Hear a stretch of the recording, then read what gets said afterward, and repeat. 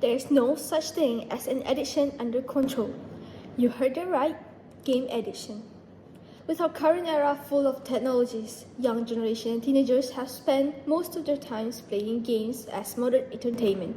But do you know that game can affect teenagers' behavior? If we look at the negative perspectives, teenagers can have poor social skills. Games are accessible through gadgets, which teenagers mostly have in this modern era.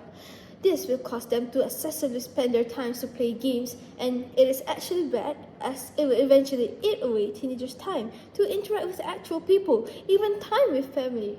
When teenagers and gadgets become inseparable, the attachment can stand in the ways of teenagers bonding with family and friends of their age.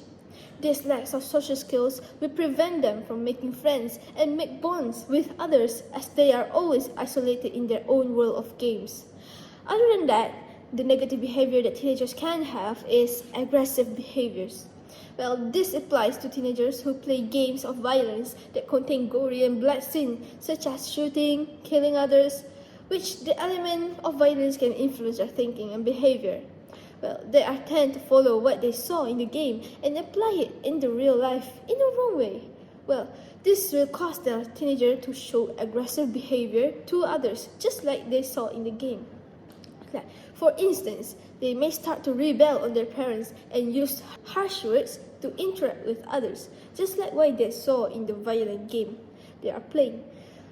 This will cause the teenagers to eventually hurt others and losing their empathy the more they play this violent game. Their agitation and tantrums will be increased as teenagers become obsessed to their games. Other than that, teenagers may also develop the behavior of unable to manage themselves. Well, teenagers are addicted to game, but then they will start prioritize their game more than other important aspects of their life, such as their hygiene, diet, and health. For example, increased time spent in front of the computer may lead to increased snacking and unmindful eating habit, thus increases the chances of obesity. So that is some of the negative behaviors that teenagers can develop when playing games. However, everything has their other side of the coin. So, does games cause positive behavior to teenagers? The answer is yes. Some of them are increase their concentration when doing something. It is proof from scientific research that playing games can develop a part of brain that plays an important role in concentration.